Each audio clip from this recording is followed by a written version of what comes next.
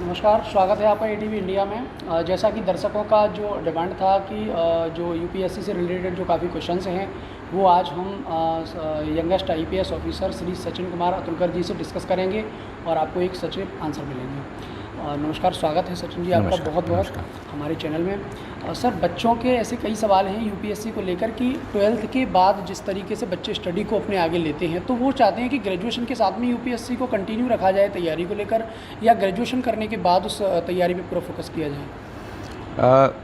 आप एग्ज़ाम अगर देखेंगे तो लगातार इसका जो पैटर्न है वो चेंज होता रहता है और कोई भी एक तरीके से इस प्रकार का बड़ा एग्ज़ाम क्वालिफाई नहीं कर सकता है कोई।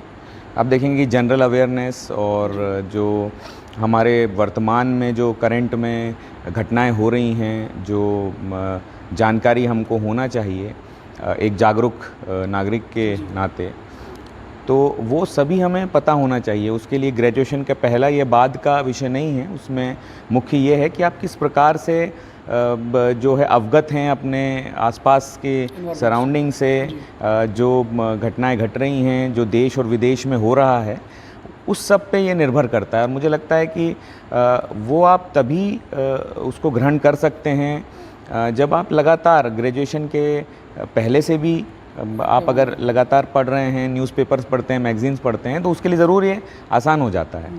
ऐसा नहीं है कि जो पहले नहीं पढ़ते हुए आए हैं मैगज़ीन न्यूज़पेपर्स वो नहीं कर सकते, ऐसा भी नहीं है। पर सामान्यतः अगर मैं कहूँगा, अगर मौका है तो व्यक्ति को जागरूक रह के ही रहना चाहिए और वही एग्ज़ाम में आपको मदद करता है।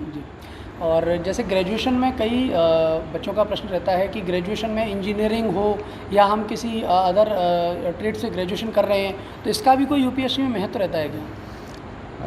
देखिए, यूपीएससी एग्ज़ाम सभी जो विषयों के छात्र हैं उनके लिए होता रहा है। क्योंकि जब मैंने एग्ज़ाम दिया तब तो लगभग 15 वर्ष हो चुके हैं मुझे सेवा में। तब 2 ऑप्शनल सब्जेक्ट हमारे हुआ करते थे। अब पैटर्न चेंज हो गया है। अब ज़्यादा जो है सामान्य जो विषय हैं उस पे फोकस किया जाता है। तो इस एग्ज़ाम में लगातार ये प्रयास रहा है कि सभी जो विषयों के विद्यार्थी हैं उनके लिए एक समान ये एग्ज़ाम रहे, जिससे कि विषय लेने के कारण एग्ज़ाम के परिणाम में उनके लिए कोई अंतर ना आए। तो कोई भी अगर छात्र है जो किसी भी विषय से अगर स्नातक है, ग्रेजुएट है, तो वो इस एग्ज़ाम के लिए अपीयर हो सकता है और इस एग्ज़ाम को क्वालिफाई कर सकता है। सर, सवाल है जैसे ग्रामीण क्षेत्र से जो बच्चे बिलोंग करते हैं उनके लिए कुछ लोगों का कहना है कि दिल्ली कंपलसरी है, तो क्या ऐसा सच में है कि बच्चे को दिल्ली का एनवायरनमेंट लेना पड़ेगा या वहाँ जाना पड़ेगा एक यूपीएससी को क्वालिफाई करने के लिए?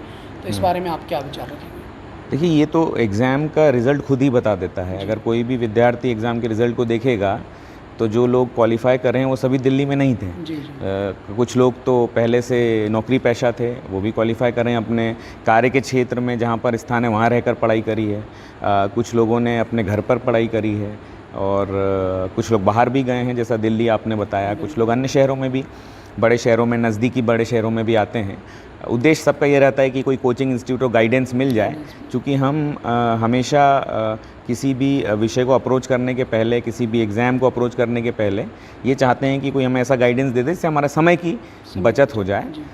ये ज़रूर है कि मैं कोई पर्टिकुलर शहर तो नहीं बोलूँगा, हो सकता है कि कई शहरों में अच्छे टीचर्स हों जिनको इस विषय में ज्ञान हो, एग्ज़ाम के पैटर्न के बारे में पता हो, तो एक दिशा ज़रूर वो दे सकते हैं। ये ज़रूरी नहीं कि दिल्ली ही जाने से एग्ज़ाम क्वालिफाई होगा, ऐसा नहीं है। लेकिन जहाँ पे भी आप रहें, अगर आप सेल्फ़ स्टडी से वो कर सकते हैं वो भी करें। अगर कोचिंग इंस्टीट्यूट आपके नज़दीक है, आप जाना चाहते हैं तो वो भी जा सकते हैं। कहीं पर कोई रोक नहीं है। आपको दिशा एक मिल जाती है, इससे आपके समय की बचत होती है, ये ज़रूर मैं कहूँगा। बच्चों का एक सवाल और है। उनका कहना है कि यदि हम सेल्फ स्टडी कर रहे हैं विदाउट कोचिंग एंड विदाउट कहीं बाहर जाने की अपेक्षा, अगर हम सेल्फ स्टडी, तो क्या हम उसको यूपीएससी को क्वालिफाइड कर पाएंगे और उसके लिए क्या बेटर गाइडलाइंस हैं?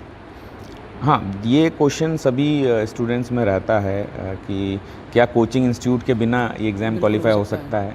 और जब एग्ज़ाम आता है तो आप देखते हैं कि काफ़ी स्टूडेंट्स जो हैं उनके नाम से कोचिंग इंस्टीट्यूट के विज्ञापन निकलते हैं। उनको देख के लोगों को लगता है कि क्या कोचिंग इंस्टीट्यूट से ही हम ये एग्ज़ाम क्वालिफाई कर पाएंगे, लेकिन ऐसा नहीं है। आप देखेंगे कि बिना कोचिंग इंस्टीट्यूट के सेल्फ स्टडी से भी एग्ज़ाम क्वालिफाई हो सकता है। और एग्ज़ाम इस प्रकार का बनाया है कि उसमें कोई कोचिंग इंस्टीट्यूट या कोई शिक्षक के द्वारा पढ़ाए गए उत्तरों पर नंबर नहीं दिए जाते हैं। उसमें जो आपका खुद का उसके बारे में ज्ञान है, उसको आप किस तरह से वहाँ पर एग्ज़ाम में प्रस्तुत करते हैं, उसके नंबर हैं। और आप देखेंगे कि कोचिंग इंस्टीट्यूट में सभी विद्यार्थियों में एक रूपता आने लगती है उनके उत्तरों में, और अगर कोई व्यक्ति सेल्फ स्टडी करता है तो हो सकता है उसका जो उत्तर एक नया ही प्रकार का रहे जो ज़्यादा बेहतर हो। तो वो अब कहना बड़ा मुश्किल है कि बिना कोचिंग इंस्टीट्यूट के या कोचिंग इंस्टीट्यूट से किससे फ़ायदा होगा। मुझे लगता है कि कोचिंग इंस्टीट्यूट से भी स्वयं ही पढ़ाई करना आवश्यक है। शिक्षक आपको कितना भी बता दे, आपको स्वयं पढ़ना पड़ता है, और इसी प्रकार आपका सेल्फ स्टडी। यूपीएससी को लेकर बच्चों को काफ़ी डराया जाता है, जिस प्रकार टीचर्स के द्वारा या जो कैंडिडेट हैं उनके द्वारा कि यूपीएससी बहुत टफ एग्जाम है। तो इस प्रकार जो उम्मीदवार हैं वो डरे हुए रहते हैं, तो उनके लिए आप अपनी तरफ से उन्हें क्या संदेश देना चाहेंगे? मेरा तो यही संदेश रहेगा सबके लिए कि ये एक कॉम्पिटिटिव एग्ज़ाम है। इस प्रतियोगिता में कठिन या सरल होने का प्रश्न नहीं है। इसमें जब प्रतियोगिता में कोई पासिंग क्राइटेरिया नहीं है, जैसे हमको स्कूल या कॉलेज में मिलता है कि 33% या 50% हम लाएंगे तो पास हो जाएंगे। इसमें दौड़ इस बात की है कि इसको कौन किसी के ऊपर आ जाए, है ना। तो कोई भी कॉम्पिटिटिव एग्ज़ाम में कठिन या टफ का महत्व नहीं है, वो है कि आपस में जो लोग उस एग्ज़ाम को देने वाले लोग हैं उसमें से आपने कितना बेहतर परफॉर्म किया है, उस पर डिपेंड करेगा। अगर कठिन है तो सबके लिए कठिन है, और अगर सरल है तो सबके लिए सरल है, फिर भी रैंकिंग बनती है।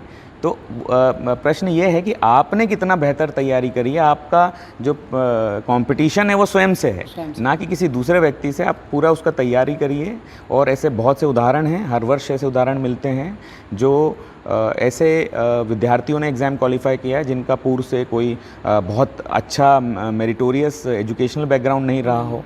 कई दूसरे मीडियम्स के दूसरी भाषाओं में देने वाले विद्यार्थियों ने अलग अलग भाषाओं में उन्होंने इसको उत्तीर्ण किया है। कोचिंग इंस्टीट्यूट से पढ़ने वाले, कोचिंग इंस्टीट्यूट से नहीं पढ़ने वाले, दोनों ने किया है। तो कोई भी एक रूपता लाना और उस पर अपना एग्ज़ाम देने का पूरा भार डाल देना और उस पर निर्भर रहना, मुझे लगता है कि ये उचित नहीं है। एग्ज़ाम आप जिस भी परिस्थितियों में, जिस तरह से आप बेहतर अपने समय का उपयोग और अपने स्वयं के जो एग्ज़ाम के लिए फोकस है वो बनाए रखें, और मुझे उम्मीद है उससे आप ज़रूर क्वालिफाई करेंगे। विद्यार्थियों का एक सवाल है कि यूपीएससी की प्रिपरेशन के लिए 24 आवर में से कितने घंटे यूपीएससी की प्रिपरेशन को देना चाहिए? देखिए, घंटों का लोग बहुत बार प्रश्न पूछते हैं, और उसमें अधिकतर ये रहता है कि 16 घंटे, 12 घंटे, 10 घंटे, अलग अलग समय सीमाएं आती हैं। मुझे लगता है कि प्लानिंग करके इसको अप्रोच करना चाहिए। घंटों की जगह मुझे लगता है कि पूरा जो आपको उस एग्ज़ाम के लिए सिलेबस है, जो पूरा पढ़ाई करना है, उसका एक प्लान बनाना चाहिए। उस प्लान के हिसाब से आप डेली का टारगेट फिक्स कर सकते हैं। अब वो टारगेट कंप्लीट हो जाए तो हो सकता है आप 10 घंटे या 8 घंटे या 5 घंटे में कर सकते हैं, और हो सकता है ज़्यादा समय भी लग जाए। तो प्लान बनाइए और प्लान के हिसाब से चलिए। आपको लगता है कि आपका प्लान का कोई भाग को 10 घंटे लगते हैं तो आपको उस दिन 10 घंटे पर आपको पढ़ना पड़ेगा। अगर किसी दिन आपका 16 घंटे में हो रहा है तो 16 घंटे, किसी दिन 5 घंटे में तो 5 घंटे में भी हो सकता है। तो फिक्स्ड घंटों से एग्ज़ाम को तोलना मुझे लगता है सही नहीं है। मुझे लगता है सिलेबस के हिसाब से उसको विभाजित करके, हर दिन का एक टारगेट फिक्स करके और उस एम के साथ रहकर प्रत्येक दिन इसको अप्रोच करना चाहिए। स्टूडेंट्स का आखिरी सवाल है कि आपने किस प्रकार स्टडी को महत्व दिया और किस प्रकार आपने दिनचर्या रखी जो आपकी सफलता बहुत मतलब देखने लायक सफलता थी। तो ऐसे में आप उन्हें थोड़ा सा देखिए, मैंने भी जो अभी बताया आपको वही प्लान मैंने इसमें बनाया था कि पूरा सिलेबस का एक प्लान बना के प्रत्येक दिन का टारगेट तय किया था, और उसके हिसाब से ही मैं पढ़ाई करता था, जिससे खुद पे भी हम प्रेशर अनावश्यक नहीं लाते हैं कि इतने घंटे पढ़ाई करना है। अब कुछ समय किसी और कार्य में निकल गया तो फिर आपको लगता है अब तो बचा ही नहीं उतना टाइम, तो कैसे पढ़ेंगे। उससे अच्छा कोई एक आप प्लान ऐसा तैयार करिए जिसमें फ्लेक्सिबिलिटी हो, जिसमें कोई फिक्स किसी उत्तीर्ण छात्र ने बोल दिया कि उम्मीदवार ने बोल दिया कि मैं 16 घंटे पढ़ता था, तो आपको लगेगा 16 घंटे से कम पढ़ने में हम इस एग्ज़ाम के लिए सिलेक्ट नहीं होंगे। ऐसा नहीं है। तो आप अपना स्वयं का प्लान बनाइए। मैंने भी अपना स्वयं का प्लान बनाया था। किसी भी जो कैंडिडेट जो पास हुआ है उसका फॉर्मूला हो सकता है कि दूसरे व्यक्ति पे ना वर्क करे। स्वयं का आप अपना फॉर्मूला बनाइए, आप गाइडेंस किसी से भी ले सकते हैं, लेकिन अपनी स्वयं की रणनीति और प्लान के हिसाब से एग्ज़ाम दीजिए। जी, धन्यवाद। आज हमारी मुलाकात बहुत अच्छे और यंगेस्ट IPS ऑफिसर से हुई, और नेक्स्ट मुलाकात अपनी ऐसी ही किसी नई शख्सियत के साथ होगी। तब तक अपना ख्याल रखें और सुरक्षित रहें। धन्यवाद।